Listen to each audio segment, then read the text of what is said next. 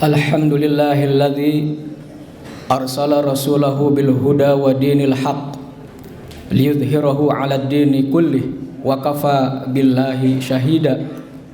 Asyhadu an la ilaha illallah wa asyhadu anna Muhammadan abduhu wa rasuluh. Allahumma shalli wa sallim ala nabiyyina Muhammad wa ala alihi wa ashabihi wa man tabi'a hudahu ila yaumiddin. Usikum wa nafsi bitaqwallah faqad fazal muttaqun. Qala Allah Ta'ala, a'udzu billahi minasyaitonir rajim. Ya ayyuhalladzina amanu taqullaha haqqa tuqatih wa la tamutunna illa wa antum muslimun. Allah berfirman, wahai orang-orang yang beriman, hendaklah kalian bertakwa kepada Allah dengan takwa yang sesungguh-sungguhnya, dan janganlah kalian meninggal dunia atau mati kecuali dalam keadaan beragama Islam. Para jamaah yang dimuliakan oleh Allah, dalam kesempatan yang baik dan mulia ini, maka khatib berwasiat kepada saudara-saudaraku sekalian, terutama kepada diri khatib, untuk terus menjaga dan memperkuat iman kita kepada Allah Subhanahu wa Ta'ala. Karena kita yakin dengan bekal iman dan ketakwaan kita kepada Allah Subhanahu wa Ta'ala, maka hidup kita akan selamat, akan bahagia, baik di dunia maupun di akhirat. Para jamaah yang dimuliakan oleh Allah, pada hari ini kita sudah memasuki 10 terakhir di bulan Rajab. Maknanya mengingatkan kepada kita bahwa bulan Ramadan sudah semakin dekat, tepatnya 1 bulan lagi, dan juga mengingatkan kepada kita tentang peristiwa yang sangat penting dan bersejarah, yaitu peristiwa Isra dan Mi'raj yang terjadi ataupun dialami oleh baginda Nabi besar Muhammad sallallahu alaihi wasallam. Berbicara mengenai kejadian Isra Mi'raj, kita akan menemukan di 2 ayat yang berbeda ataupun surat yang berbeda. Yang pertama adalah tentang Isra, yaitu perjalanan dari Mekah ke Baitul Maqdis ataupun Al-Aqsa. Itu disebutkan dalam Al-Quran surat Al-Isra ayat pertama. Kemudian tentang Mi'raj dijelaskan oleh Allah Subhanahu wa Ta'ala dalam Al-Quran surat An-Najm ayat 11 sampai ayat 17. Para jamaah yang dimuliakan oleh Allah, peristiwa Isra dan Mi'raj ini terjadi ketika ataupun sesudah Nabi Shallallahu Alaihi Wasallam dinobatkan sebagai Nabi dan Rasul, yaitu tepatnya 1 tahun sebelum Nabi Shallallahu Alaihi Wasallam hijrah dari Mekah ke Madinah, maka terjadi kejadian yang luar biasa, yaitu Isra dan Mi'raj. Tentu saja banyak hal yang penting ataupun pelajaran yang berharga, walaupun ini sering kita dengar ataupun sering kita peringati setiap tahun. Maka dalam kesempatan ini khatib izinkan untuk mengingatkan kembali tentang nilai ataupun hikmah Isra Mi'raj, termasuk dalam konteks kekinian. Yang pertama, Isra dan Mi'raj menunjukkan kepada kita tentang keagungan dan kebesaran Allah Subhanahu wa Ta'ala. Oleh sebab itu dalam ayat pertama surat Al-Isra, Allah Subhanahu wa Ta'ala menyepati dirinya dengan Maha Suci Allah, kesucian Allah yang telah memperjalankan hambanya, yaitu tidak lain abduhu, itu mengandung makna baginda Nabi besar Muhammad sallallahu alaihi wasallam. Sekaligus juga di situ tujuannya sangat jelas disebutkan, linuriyahu min ayatina, untuk diperlihatkan kepadanya, kepada Nabi besar Muhammad sallallahu alaihi wasallam, dan tentunya untuk umatnya, yaitu tentang ayatina, tanda-tanda kekuasaan kami, tanda-tanda kekuasaan Allah Subhanahu wa taala. Secara akal barangkali sulit untuk diterima kejadian ini, karena dalam waktu yang singkat Rasulullah SAW mampu melakukan perjalanan yang dahsyat, ya, waktu yang begitu singkat bisa menyelesaikan jarak yang amat jauh dari Makkah ke Baitul Maqdis, bahkan ke Sidratul Muntaha dan ke langit yang ketujuh. Oleh sebab itu ini perlu diterima dengan iman. Orang yang tidak beriman ya tidak akan percaya dengan kejadian ini dan pasti mendustakan. Bahkan saudaranya Rasulullah SAW, Ummu Hani, ketika mendengar berita ini dari Rasulullah SAW secara langsung, dia memberikan nasihat, memberikan saran kepada Rasulullah, "Ya Muhammad, engkau jangan ceritakan ini kepada orang lain, karena pasti mereka akan mendustakan kamu dan bahkan akan menghinakan kamu." Tapi ternyata Rasulullah SAW tetap bermaksud untuk menceritakan kejadian yang luar biasa ini. Tujuannya bukan untuk pamer, tujuannya bukan untuk Rasulullah viral, bukan, tapi untuk menyatakan kebenaran di hadapan orang-orang yang memang Rasulullah SAW diutus untuk menyampaikan al-haq, kebenaran kepada umatnya, segenap umat atau seluruh umat manusia di atas muka bumi ini. Khatamun Nabiyyin, sebagai nabi penutup.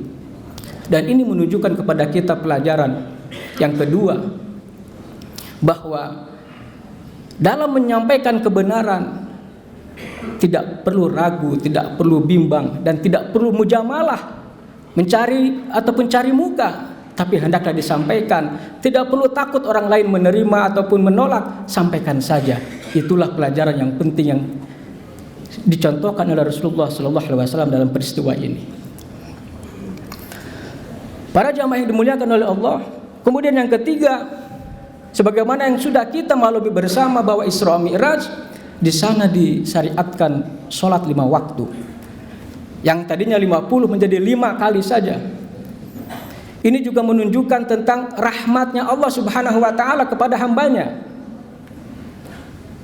Kalau kita umat Islam menjaga menunaikan sholat 5 waktu dengan tulus, dengan sesungguh-sungguhnya, berarti kita telah menjadi seorang muslim yang baik, seorang muslim yang diridhai oleh Allah Subhanahu wa taala, dan sudah membenarkan terjadinya Isra Mi'raj ini. Dan kita yakin sholat memiliki fungsi yang sangat luar biasa. Kalau Nabi SAW dibedah ketika beliau usia 4 tahun oleh malaikat Jibril untuk diambil segumpal darahnya, karena di situ ada bagian iblis, bagian setan yang nanti bisa mengganggu, merusak kepribadian Rasulullah SAW. Lalu kemudian menjelang Mi'rajnya, Nabi SAW juga dibedah kembali dadanya untuk dibersihkan. Ini menunjukkan berarti para jamaah dimuliakan oleh Allah, pentingnya juga bagaimana menyucikan diri, tazkiyatun nafas. Bagaimana kita umat Islam, umatnya untuk senantiasa menjaga diri kita, menjaga kesucian jiwa kita, maka diantaranya dengan sholat itu. Sholat yang kita laksanakan itu berfungsi untuk tazkiyatun nafas, pembersihan jiwa.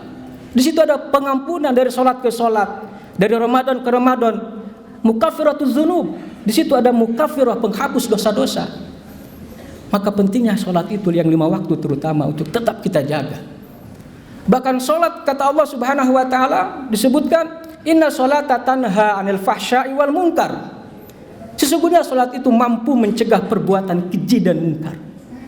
Jika sholat dikerjakan dengan sungguh-sungguh, sesuai dengan syariat, sesuai dengan fikihnya, mengikuti apa yang dijelaskan dalam Al-Quran dan Sunnah Nabi SAW, maka sholat akan berfungsi yang luar biasa bagi kita. Di antaranya adalah terjaga dari segala bentuk dosa dan kesalahan.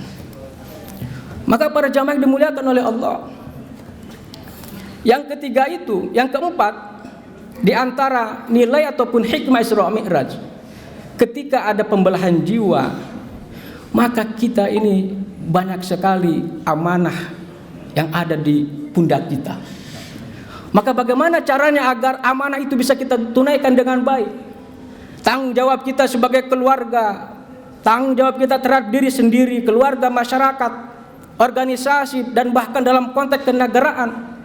Jika seseorang sudah diberikan amanah, maka itu memerlukan pembelahan jiwa dalam artian penyucian jiwa. Hatinya harus bersih. Maka sholat itu sangat penting bagi kita semua, karena kita menunaikan ataupun memikul amanah yang luar biasa, lebih-lebih seorang pemimpin. Sehingga dengan istiqomahnya dia menunaikan sholat 5 waktu itu, maka mudah-mudahan turun pertolongan daripada Allah Subhanahu wa ta'ala. Karena sholat sebagaimana disebutkan oleh Rasulullah juga sebagai penolong. Bahkan sholat disebutkan juga dalam Al-Quran bisa menimbulkan ataupun menjadi obat kegelisahan, obat stres, obat galau. Seperti disebut dalam surat Al-Ma'arij, bahwa manusia itu diciptakan dalam keadaan gundah ataupun gelisah, stres, kecuali orang-orang yang sholat. Sholat yang seperti apa? Sholat yang terus menerus. Alladzina hum fi sholatihim daimun, yang terus menerus mengerjakan sholat. Maka sholat akan berefek kepada kepribadian kita. Para jamaah yang dimuliakan oleh Allah Subhanahu wa ta'ala. Kemudian yang kelima, peristiwa Isra Mi'raj mengingatkan kepada kita tentang sikap waspada, hati-hati terhadap Bani Israel ataupun Israel, Zionis Yahudi, yang memiliki sifat keangkuhan dan sifat-sifat yang senantiasa melakukan kerusakan di muka bumi ini. Maka dalam Al-Quran Allah Subhanahu wa ta'ala menjelaskan, apa kata Allah? A'udzubillahi minasyaitonirrajim. Wa qadayna ila bani Israil fil kitab la tubsidunna fil ardi marratain wa la ta'lunna 'uluwan kabira. Jadi para jamaah dimuliakan oleh Allah, jika ada berpendapat yang mengatakan bahwa Isra Mi'raj tidak ada kaitannya dengan Bani Israel, itu adalah keliru. Ada kaitannya Isra Mi'raj dengan konteks karakteristik orang-orang Yahudi yang harus senantiasa kita waspadai. Jadi disebutkan dalam ayat ini bahwa kami tetapkan kepada Bani Israel, kata Allah, dalam kitab yaitu Taurat, la tufsidunna, kalian ini hai bangsa Israel betul-betul akan menjadi orang-orang yang melakukan kerusakan di muka bumi. Memang wataknya sudah seperti itu. La tufsidunna fil ardi. Dan kemudian kamu juga akan bersikap angkuh, sombong dengan kesombongan yang sangat besar. Dan kita pada hari ini para jamaah yang muliakan oleh Allah menyaksikan sendiri bagaimana keangkuhan, kejahatan, tindakan-tindakan destruktif yang dilakukan oleh bangsa Zionis Yahudi Israel. Sejak Oktober tahun 2023, Yahudi ataupun Israel melakukan serangan secara brutal ke saudara-saudara kita di Gaza, Palestina. Tercatat sampai hari ini korban yang ditimbulkan yang terjadi di Gaza itu sekitar 46.000 orang meninggal dunia. Keganasan, kerusakan yang ditimbulkan oleh Israel. Baru belum lama ini, tepatnya pada tanggal 19 Januari, telah diupayakan yang namanya gencatan senjata. Tapi gencatan senjata itu bukan berarti berakhir permasalahan di Gaza ataupun di Palestina ini. Kita jangan sampai sikapnya berlebihan, euforia menyambut dengan ini. Kenapa? Karena 2 hari setelah terjadinya gencatan senjata, justru Israel menyerang kembali saudara-saudara kita di Gaza. Bahkan anehnya, ada pemimpin penguasa di negara di dunia ini untuk melakukan yang namanya gencatan senjata ini, memohon ataupun menyarankan agar warga Palestina itu dievakuasi dulu ke Indonesia. Ini adalah usulan yang tidak masuk akal. Kenapa bangsa Israel juga tidak difungsikan ke Amerika misalkan? Tapi kenapa bangsa Palestina saja diusulkan untuk mengungsi ke negara lain? Para jamaah dimuliakan oleh Allah, Itulah watak ternyata Allah Subhanahu wa taala telah menjelaskan tentang watak orang-orang Yahudi, Bani Israel yang begitu buruknya, dan tentu saja kita sebagai orang Islam harus mendauhi sifat-sifat buruk tersebut. Kemudian yang terakhir para jamaah yang dimuliakan oleh Allah, dari Isra Miraj ini juga bisa kita takwilkan, yaitu bahwa peristiwa Isra Miraj merupakan peristiwa yang membuka perubahan ataupun era perubahan baru. Bagaimana itu bisa kita katakan era perubahan baru? Kalau tadi para sejarah mengatakan bahwa 1 tahun sebelum hijrah itu terjadi Isra Mi'raj, lalu kemudian juga di ayat surat Al-Isra, setelah ayat yang pertama, ayat kedua dan sampai ayat ke-8 itu berbicara tentang Yahudi. Ada hubungannya di situ para jamaah yang dimuliakan oleh Allah. Dalam kitab Rahiq Makhtum, kitab Sirah Nabawi, itu disebutkan ada hubungannya antara Isra Mi'raj dengan perubahan zaman ini. Artinya ketika Isra Mi'raj ini menjadi tanda munculnya peradaban baru di bawah kepemimpinan seorang sosok yang hebat, yaitu baginda Nabi besar Muhammad sallallahu alaihi wasallam, yang akan melakukan perubahan, mengangkat hak asasi manusia, memuliakan kaum wanita, membela kaum lemah, mencintai sesama umat, toleransi. Itulah di zaman Nabi sallallahu alaihi wasallam sudah didengungkan, sudah diimplementasikan. Dan pada saat itu berarti menunjukkan ketika munculnya kepemimpinan Rasulullah sallallahu alaihi wasallam, berarti runtuhnya kepemimpinan bangsa Israel, terutama di Madinah, yang pada waktu itu mereka memimpin dengan penuh kerusakan dan juga keangkuhan. Para jamaah yang dimuliakan oleh Allah, kita berdoa mudah-mudahan dari peristiwa Isra Mi'raj ini menjadikan diri kita semakin dekat dengan Allah Subhanahu wa taala. Kita harus percaya, kita harus yakin bahwa Isra Mi'raj itu terjadi bukan hanya ruh saja, tapi juga terjadi dengan badan, jasad dan waruhiyan. Dan itulah yang diyakini oleh Abu Bakar As-Siddiq. Beliau percaya. Jadi ketika orang-orang kafir Quraisy, tokoh-tokoh itu tidak percaya dengan Isra Mi'raj, yang pertama kali mengimani, meyakini adalah Abu Bakar As-Siddiq. Maka Abu Bakar As-Siddiq disebut dengan As-Siddiq, yang mengandung makna adalah orang yang pertama kali membenarkan, mempercayai, mengimani apa yang dikatakan oleh Rasulullah sallallahu alaihi wasallam. Karena itu adalah iman. Ada keimanan di situ. Dan mudah-mudahan juga kita berdoa para jamaah yang dimuliakan oleh Allah, Palestina, saudara-saudara kita di sana diberikan pertolongan oleh Allah Subhanahu wa taala, sehingga mereka ataupun negara Palestina ini menjadi negara yang merdeka, yang secara utuh. Tanah-tanah yang dulu dirampas oleh Zionis Israel mudah-mudahan kembali ke pangkuan saudara-saudara kita di Palestina. Baitul Maqdis, Al-Aqsa yang sekarang ini dikuasai oleh Israel, mudah-mudahan juga kembali kepada pangkuan umat Islam. Pisahnya dari negara Palestina, bukan dari negara Yahudi ataupun Israel. Barakallahu li wa lakum wa nafa'ani wa iyyakum bima fihi minal ayati wa dzikril hakim wa taqabbal minni wa minkum tilawatahu innahu was-sami'ul 'alim.